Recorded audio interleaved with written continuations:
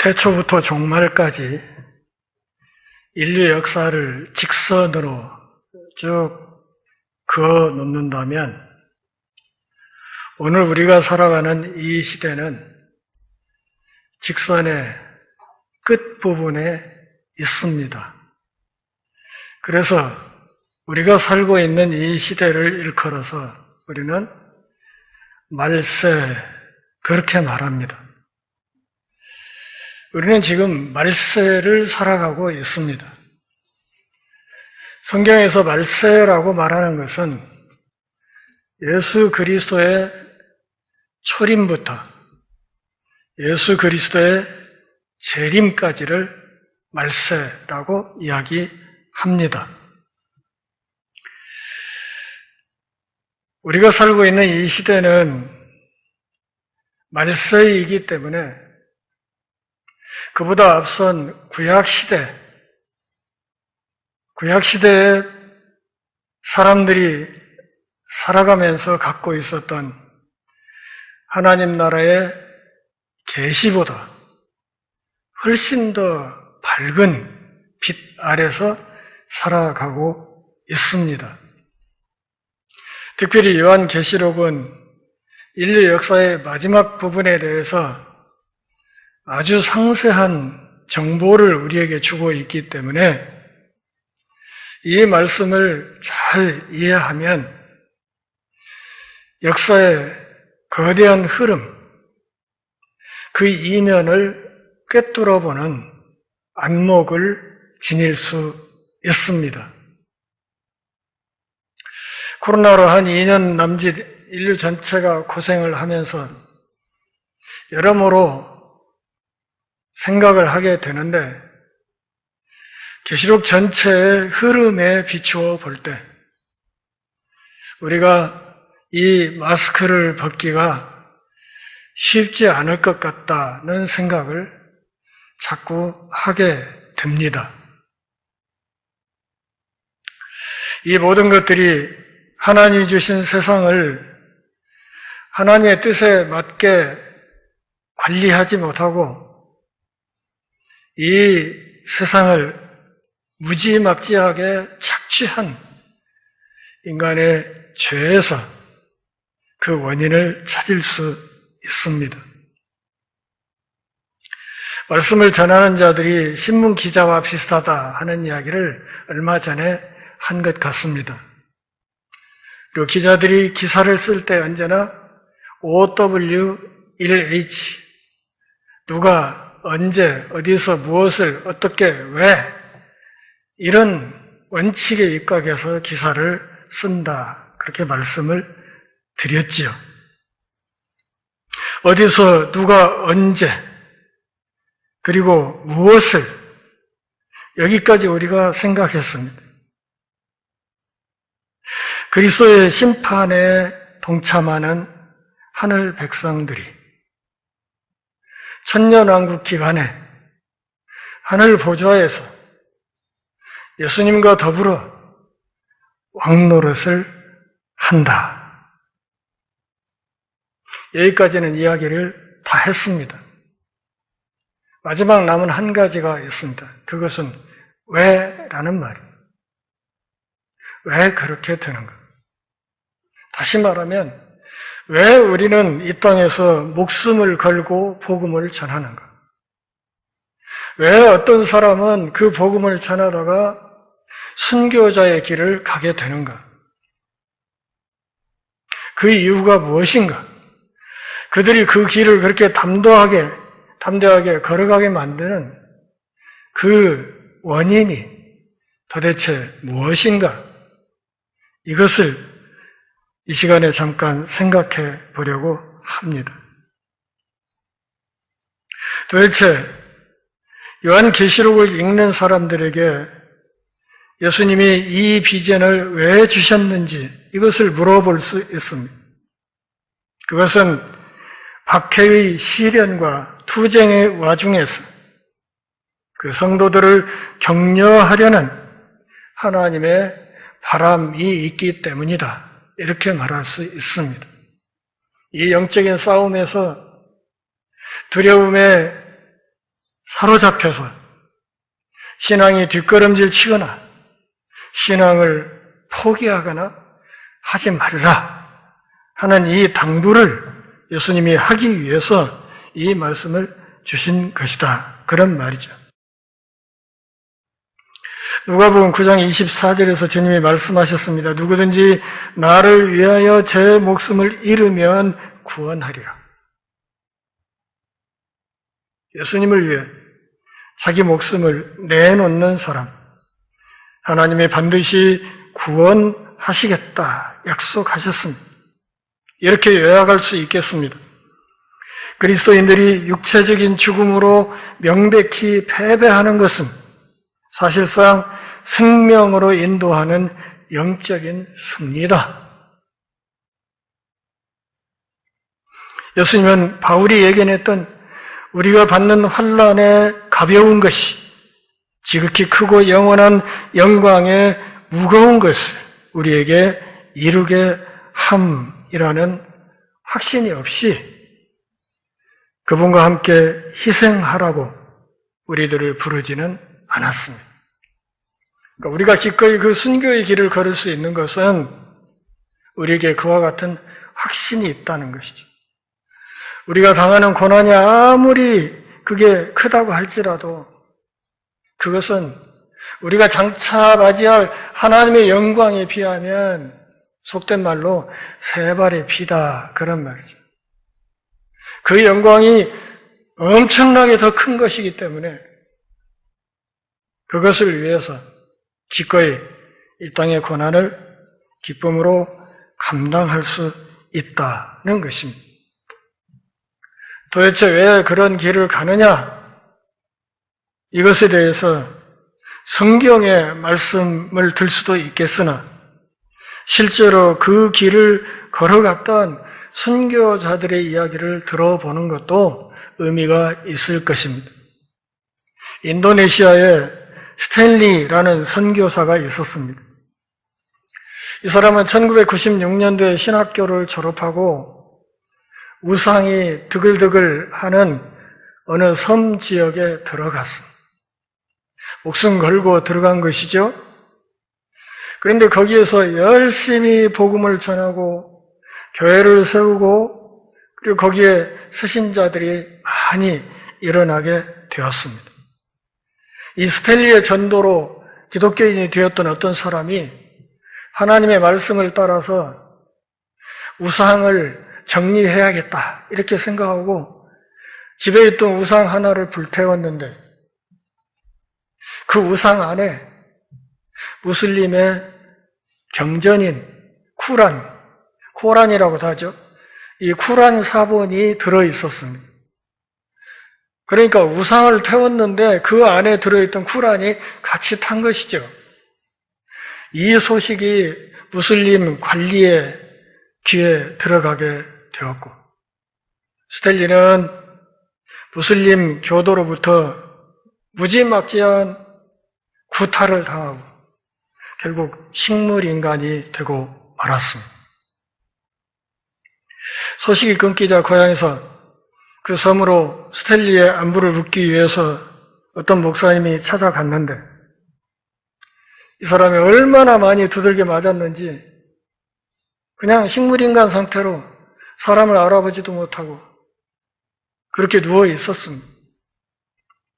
그러다가 얼마 되지 않아서 이 사람은 세상을 떠났습니다. 세상을 떠났지만 그의 영혼은 하늘에서 그리스도와 함께 다스리기 위해 하늘로 들려 올려진 것입니다. 이 스탠리의 순교 소식이 그의 고향에 전해졌습니다. 그랬더니 그 소식을 들은 사람들 가운데 그 마을 사람 7명이 그 섬에 선교하러 들어가겠다고 자원해서 나섰습니다. 그리고 그 7명 가운데 스탠리의 어머니가 들어있었습니다. 사람들이 물었습니다. 그 섬에 들어가는 거 두렵지 않으세요? 거기에 왜 들어가려고 하세요? 이렇게 묻자 스탠리의 어머니가 그렇게 대답했습니다. 내가 왜 죽는 것을 두려워해야 하는가? 나도 우리 아들이 배워서 알고 있는 계시록의 그 말씀을 나도 알고 있다. 그러니 내가 그것을 왜 두려워해야 되겠는가? 이 질문으로 왜? 라는 이 질문에 그분이 답을 주었던 것입니다. 그리고 이렇게 목숨 걸고 복음을 전했던 수많은 그리스도의 종들 덕분에 오늘 우리는 이 복음을 받아서 이렇게 편하게 신앙생활을 은혜 안에서 잘 하고 있는 것입니다. 마찬가지로 오늘 우리가 어떻게 헌신하느냐 여기에 따라서 이곳에서 우리가 뿌린 복음의 씨앗이 우리가 세상을 떠난 뒤에라도 참으로 거룩한 열매로 풍성하게 드러나게 될 것을 믿습니다. 20장 1절부터 6절까지 말씀의 결론을 대략 이런 정도로 정리를 하고 이제 7절부터 10절까지 말씀을 살펴보도록 하겠습니다. 같이 한번 보시죠. 천년이 참에 사탄이 그 옥에서 놓여 나와서 땅의 사방 백성 곧 곡과 마곡을 미혹하고 모아 싸움을 붙이리니 그 수가 바다의 모래 같으리라. 그들이 지면에 널리 퍼져 성도들의 진과 사랑하시는 성을 두루매 하늘에서 불이 내려와 그들을 태워버리고 또 그들을 미혹하는 마귀가 불과 유황못에 던져지니 거기는 그 짐승과 거짓 선지자도 있어 세세토록 밤낮 괴로움을 받으리라. 자, 말씀의 끝부분을 다시 조금 설명을 드리면 천년왕국 기간이 있고 이것을 무천년주의자들은 이 지상의 교회 시대를 천년왕국으로 상징한다. 그렇게 말씀드렸죠. 교회 시대, 이 교회 시대의 끝, 이것이 완전히 끝난 다음에 묶여있던 사탄이 다시 잠깐 풀려나서 무엇을 한다? 사람들을 모아서 하나님과 맞짱 뜨는 전쟁을 마지막으로 치를 것이다. 이 최후의 전쟁, 이 최후의 전쟁이 있고, 그런데 오늘 본문은 사탄이 풀려났다, 사람들을 모아서 하나님과 싸움을 하려고 전쟁을 시작했다 하고 곧바로 얘네들이 망했다는 이야기를 그냥 붙여버립니다.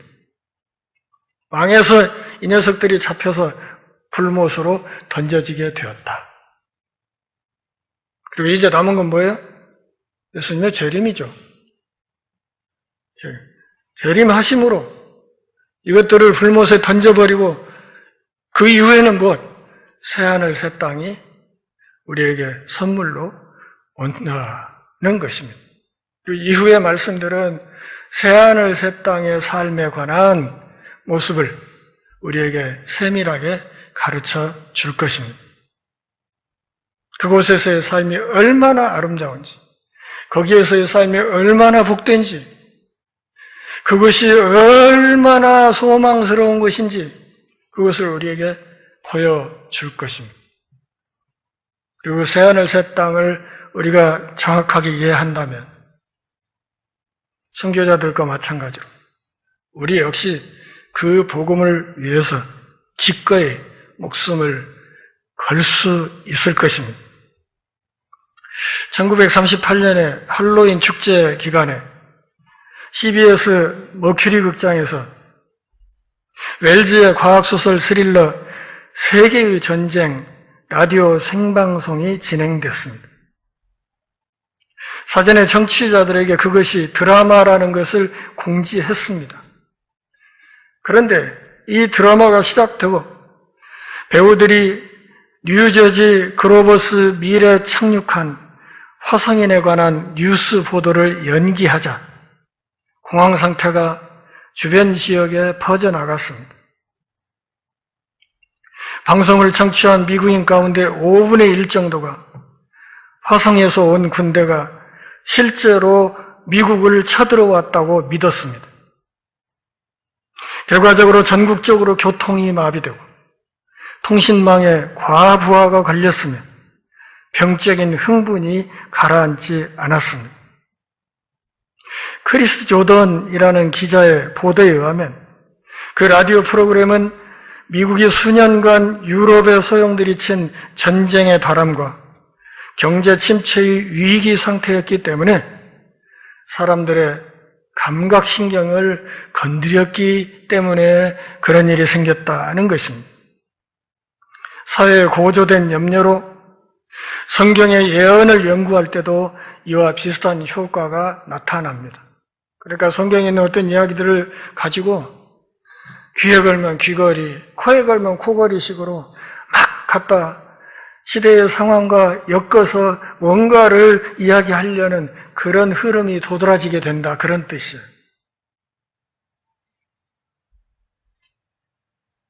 두려움과 압박의 시대에는 성경 독자들은 예언된 종말이 곧 닥칠 것처럼 여기는 경향이 있습니다. 에스겔 38장과 계시록 20장의 곡과 마곡에 관한 예언보다 이런 경향이 더 두드러지는 성경 구절은 없을 것입니다. 로마 제국에 쇠퇴하는 기간에는 당시 로마 지역을 압박하고 있었던 고트족이 곡을 가리킨다고 믿었습니다. 귀에 걸면 귀걸이. 7세기에는 곡과 마곡이 거룩한 땅을 위협하는 무슬림 군대라고 생각했습니다. 코에 걸면 코걸이. 13세기엔 몽고의 징기스칸을 곡으로 보았습니다.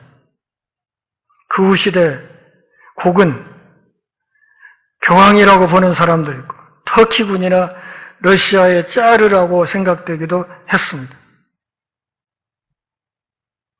19세기 크림 전쟁 기간에는 이 곡을 또 다른 식으로 생각하는 사람들이 있었습니다. 그리고 이런 지레 짐작들이 세대주의 신학을 아주 넓게 퍼뜨리는데 기여했습니다. 예언작가 그랜트 제프리는 1991년에 펴낸 책에서 러시아가 성경이 예언하는 곡과 마곡이라고 주장했습니다. 이어서 그는 러시아 수상 미하일 고르바초프가 이스라엘을 침공하기 위해 아랍 국가들을 곡 러시아와 연결시키려 한다는 것을 독자들에게 확신시키려 했습니다. 이 전쟁이 교회의 휴거를 촉발시키고 언약궤를 발견하게 하고 예루살렘 성전을 재건할 것이라는 것을 주장했습니다. 그리고 이 모든 일들이 2000년까지는 이루어질 것이다. 그렇게 주장했습니다. 그런 내용의 책을 펴냈죠. 귀에 걸면 귀걸이, 코에 걸면 코걸이 식으로 계시록 말씀을 어거지로 갖다가 붙이는 일이 얼마나 위험한가를 지금 말씀드리는 것입니다. 제프리의 계산은 거짓으로 입증되었지만 이것들은 그림 언어와 생생한 이미지로 곡과 마곡이라는 예언과 같은 문학이 그 자체로 세계 평화를 위태롭게 하는 현실의 사건들이 어떻게 감지되든 간에 그때그때 고무줄처럼 융통성 있는 적용을 하도록 문을 열어준 것처럼 여기게 됩니다. 기독교인들이 시대의 어떤 상황과 계시록의 말씀을 직접 갖다 연결시키려는 이런 시도를 굉장히 조심해야 되고 그것을 아주 신중하게 해야 된다 하는 것을 말하는 것입니다. 불행히도 이런 식의 접근은 세계의 전쟁 라디오 방송의 효과와 별로 다르지 않은 신경증적인 태도의 효과를 그리스도인들 사이에 만들어내고 있습니다. 그런데 이것들은 계시록 20장에서 요한이 생각하고 있었던, 요한이 의도했던 것과는 정확히 반대되는 것입니다. 천년왕국이 끝나면서 사탄의 큰 반역이 있을 것이라 하는 것을 계시록 20장 7절부터 10절까지 말씀에서 예고하고 있습니다. 그러나 이 큰 전쟁은 성패가 이미 결정난, 하나님이 승리하고 이 짐승이 망한 전쟁이 될 것이라는 것. 그리고 이 전쟁을 일으킨 마귀와 짐승들이 불못으로 들어가게 될 것이라 하는 것을 이 20장 7절부터 10절에서 말하고 있습니다. 예수님은 마태복음 24장 21절에서 이렇게 말씀하셨습니다. 이는 그때 큰 환란이 있겠습니다. 창세로부터 지금까지 이런 환란이 없었고 후회도 없으리라. 데살로니가 후서 2장 3절에서 바울은 그리스도께서 먼저 배교하는 일이 있고 저 불법의 사람 곧 멸망의 아들이 나타나기 전에는 그리스도께서 오시지 않을 것이라고 이야기를 했습니다. 계시록은 교회에 대한 이 강렬한 공격을 다양하게 그려내고 있습니다.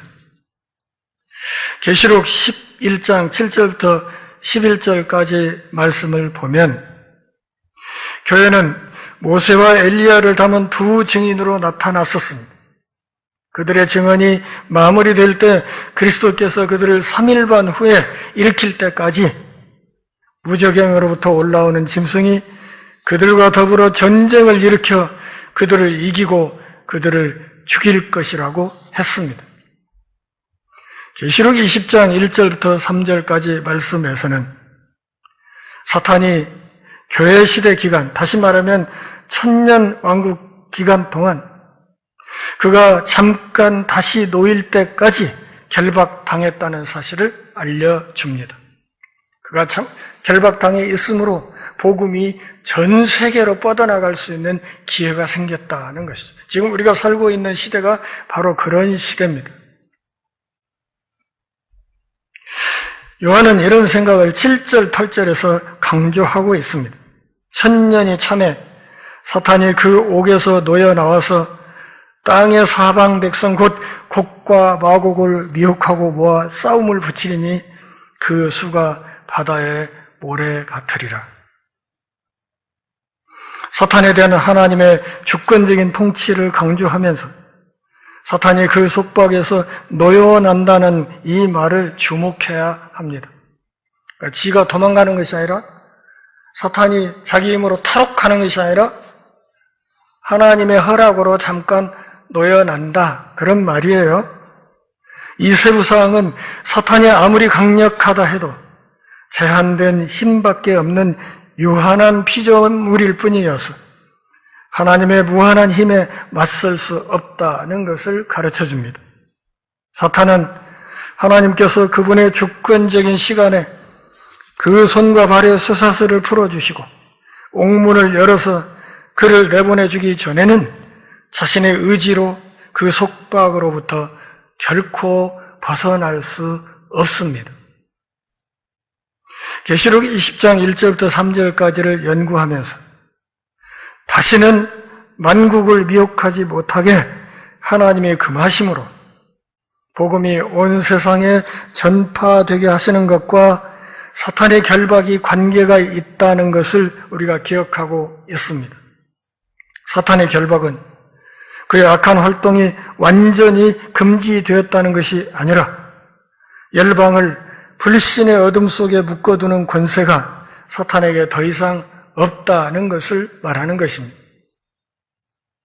그렇다면 사탄이 풀려나자마자 땅의 사방 백성을 미혹하는 짓을 그의 본성대로 보란듯이 할 것이라는 것을 주목할 필요가 있습니다. 어떤 사람이 죽을 병에 걸렸습니다.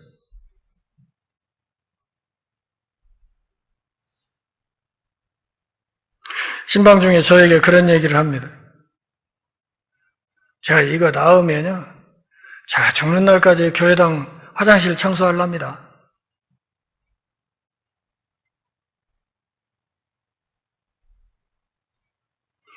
나왔어요. 청소 딱 2달 하고 끝났어요.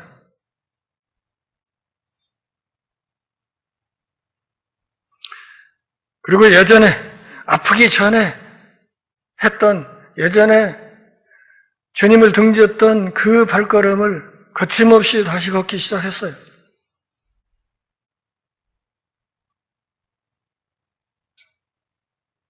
인간의 악한 본성이 그렇습니다. 똥 싸러 갈 때와 똥 싸고 난 뒤가 현저하게 다른 것이 인간의 죄악된 본성입니다.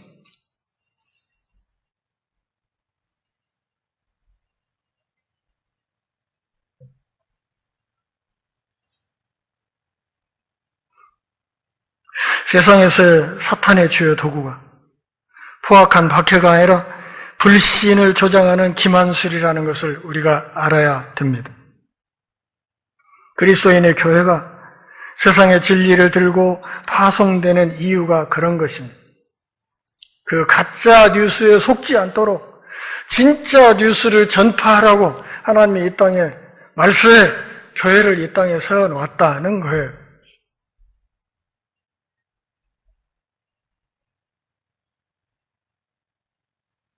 교회는 세속주의자들의 불신앙적인 교리들과 타협하기를 거부하고 하나님의 말씀, 그 진리를 담대하게 선포해야만 합니다. 오늘날 우리는 그리스도인들이 교리적으로 너무 병적으로 집착하지 말고 세속적인 생각과 실천에 좀 더 너그럽게 포용적인 태도를 가져야만 한다는 이야기를 계속 듣고 있습니다. 너무 그렇게 너무 그렇게 믿지 마. 적당히 믿어. 이런 얘기 많이 들리지 않습니까? 우리 주변에서. 적당히 해. 적당히. 너무 그럴 거 없어.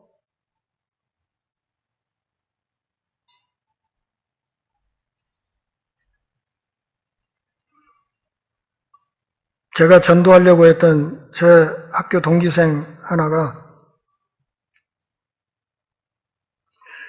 결핵을 앓게 돼서 직장을 휴직하고 내려왔어요.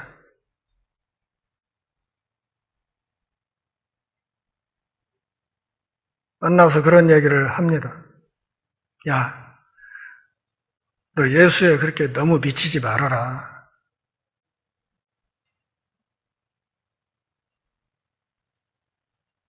제가 그렇게 대답했습니다.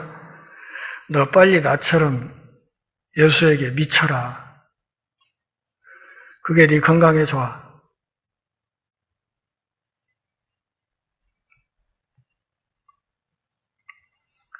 너무 꽉 막혀서 그러지 말고 좀 포용적인 태도를 가지면 좋지 않아? 믿지 않는 사람들을 묶어두는 사단의 기본 전략이 뭐라고 그랬어요? 기만술이라고 했죠. 속이는 거라고. 속여요. 지가 진짜 하나님이 아닌데 자기가 하나님인 것처럼 속여요. 생명과 사망의 권세가 자기 손에 없는데 그것이 제 손에 있는 것처럼 속여요. 사단이 거짓말로 이끄는 대로 따라가면 마치 영원한 생명이 있을 것처럼 사람들을 속여요. 그리고 이 귀때기가 얇은 사람들은 그 말에 잘도 속아서 이단의 교주가 강단에 서 있는 그 앞에 보면 몇만 명이 모여서 흰 치마 저고리 입고 앉아서 박수치고 앉아 있어요. 속아서.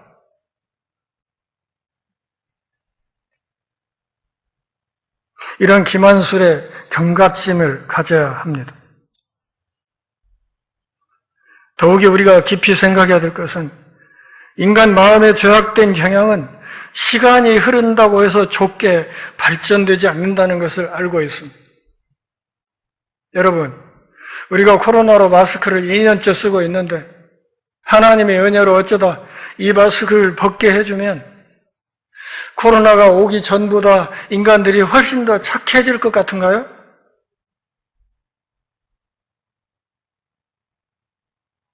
그래서 대자연에 대해서도 인간들이 청지기 직분을 잘 감당할 것 같은가요? 전 그렇게 보지 않습니다.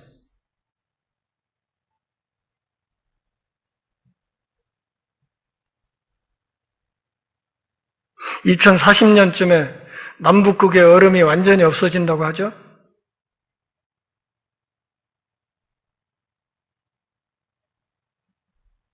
그렇게 되면 지구온난화가 급속도로 빠른 속도로 진행될 겁니다. 해수면이 상승하면서 사람이 살 수 있는 지표면의 면적이 좁아지고 사막이 점차로 면적이 넓어질 것이고 식수전쟁, 식량전쟁이 심각하게 벌어질 것입니다. 다시 말하면 우리 자식들이 기성세대인 우리가 살고 있던 이 시대보다 훨씬 어려운 세상에서 살게 될 거라는 것입니다.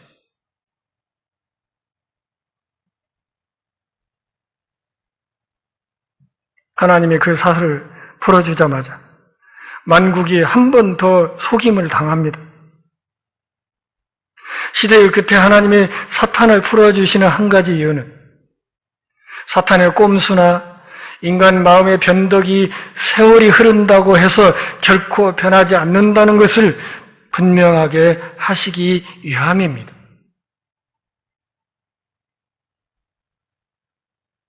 일단 옥에서 풀려나면 사탄은 그가 떠나왔던 곳, 거기가 어디요?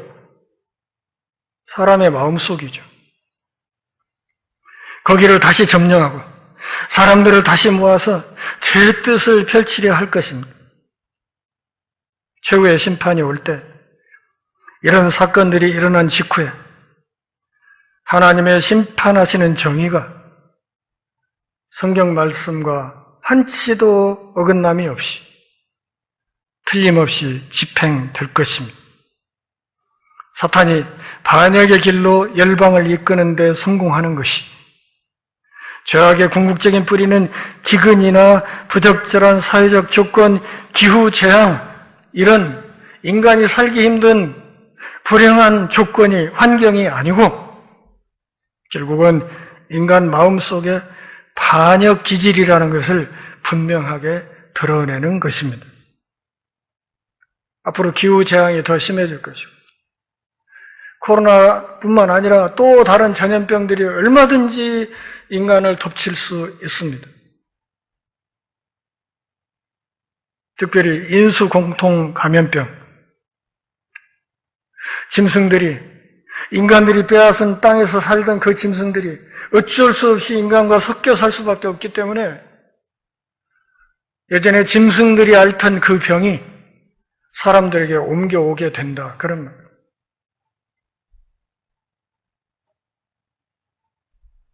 전북대학교에 인수공통감염병 연구소가 만들어 있지 않습니까?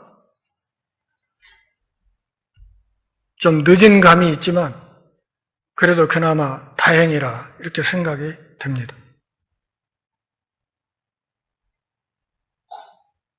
아담과 하와가 범죄했을 때 하나님 뭐라고 하셨어요? 너로 인해서 땅이 저주를 받았다.